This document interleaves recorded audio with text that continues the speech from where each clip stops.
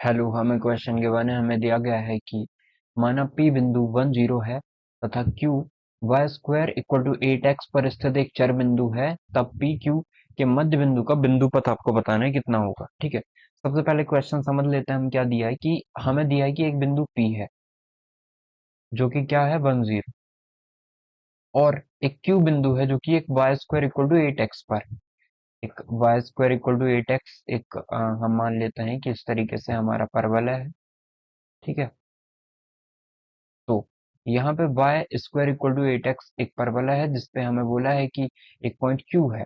ठीक है, एक पॉइंट Q इस तरीके से है, इसका पॉइंट हम मान लेते हैं कि ये हो जाएगा x, अल्फा बीटा मान लेते हैं। ठीक है, आप एक्स वाई तो नहीं मान सकते, अल्फा बीटा मान सकते हो, तो इसे अल्फा बीटा मान लेते हैं। अब हमें बोला गया है कि इससे और इसको, ठीक है, अलग कलर से देख लें हम, तो हमें बोल रहा है कि पी क्यू को मिलाने वाला जो लाइन है उसके मिड पॉइंट मिड पॉइंट से मतलब पीक्यू को जो मिला रहे हो आप उसके मिड पॉइंट से जाने वाले बिंदु का बिंदु पथ आपको बताना है। पीक्यू के मध्य बिंदु का बिंदु पथ आपको बताना है कि इसका बिंदु पथ क्या होगा, इसकी इक्वेशन बतानी है आप।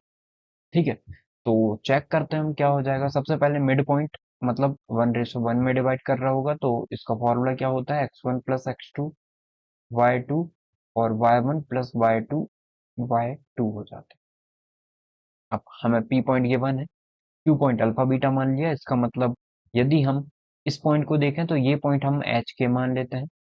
ठीक है, और हमें पता है जब भी बिंदु पथ होता है तो एच के को रिप्लेस कर देते हैं लास्ट में एक्स वाई से, तो बिंदु पथ निकल के आ जाता है। तो अब एच के है तो हम एक काम कर लेते हैं, यहाँ पे हम ऐसे बोलेंगे कि एच इक्वल टू में होगा, एच इक्वल टू में क्या हो जाएगा, 1 प्लस अल्फा अपॉन में 2 और और के इक्वल टू में क्या हो जाएगा। ठीक है, या एच के इक्वल टू में क्या हो जाएगा वो लिख लेते हैं, एच के इक्वल टू में क्या होगा, एच के, ये एच है तो एच के इक्वल टू में हो जाएगा ये, और के की वैल्यू कितनी आ जाएगी, वो हो जाएगी 0 प्लस बीटा अपॉन में 2। ठीक है, इस तरीके से हो जाएगा। तो एच इक्वल टू यदि हम देखें, ठीक है, एच इक्वल टू यदि हम देखें तो वो कितना होगा, 1 प्लस अल्फा अपॉन में 2, और यदि के इक्वल टू में हम देखें तो ये हो जाएगा बीटा अपॉन में 2। सॉल्व करें तो ये हो जाएगा 2h इक्वल टू में 1 प्लस अल्फा, और यहाँ पे 2 के इक्वल टू में बीटा हो जाएगा। ठीक है, तो h की वैल्यू निकालें हम तो ये आ जाएगी 1 प्लस अल्फा अपॉन में 2। तो हमें तो बस यहीं रहने देना था, नहीं अल्फा की वैल्यू निकाल लेते हैं, क्यों, क्योंकि अल्फा बीटा इस क्वाड्रेटिक इक्वेशन से होके जा रहा है, वाई स्क्वायर सॉरी परवलय की इक्वेशन से होके जा रहा है, परवलय से होके जा रहा है मतलब इसकी इक्वेशन को सेटिस्फाई करेगा। तो हम h और k के टर्म में लिख लेते हैं इसे, तो हम देखते हैं अल्फा की वैल्यू कितनी आ जाएगी, 2h-1 आ जाएगी अल्फा की वैल्यू, और बीटा की वैल्यू 2k आ चुकी है। बीटा की वैल्यू कितनी है, 2k, ये पुट कर देते हैं हम कहाँ पे, वाई स्क्वायर 8x पे।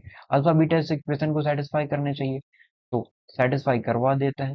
तो वाई का स्क्वायर मतलब बीटा का स्क्वायर कितना है, 2k का स्क्वायर, 2k का स्क्वायर हो जाएगा ये। ठीक है, और माइनस, एक सेकेंड, यदि हम देखें ये हो जाएगा अपना 2k का स्क्वायर, और इक्वल टू में 8 मल्टीप्लाई में एक्स, एक्स कितना है हमारा, एक्स है अल्फा, अल्फा की वैल्यू कितनी है, 2h-1 है, लिख लेते हैं 2h-1। तो 4k का स्क्वायर हो जाएगा इक्वल टू में 16h-1। एक काम करते हैं सबको एक तरफ लेके आ जाते हैं, तो ये हो जाएगा 4k स्क्वायर माइनस का 16h प्लस का 1 इक्वल टू में 0।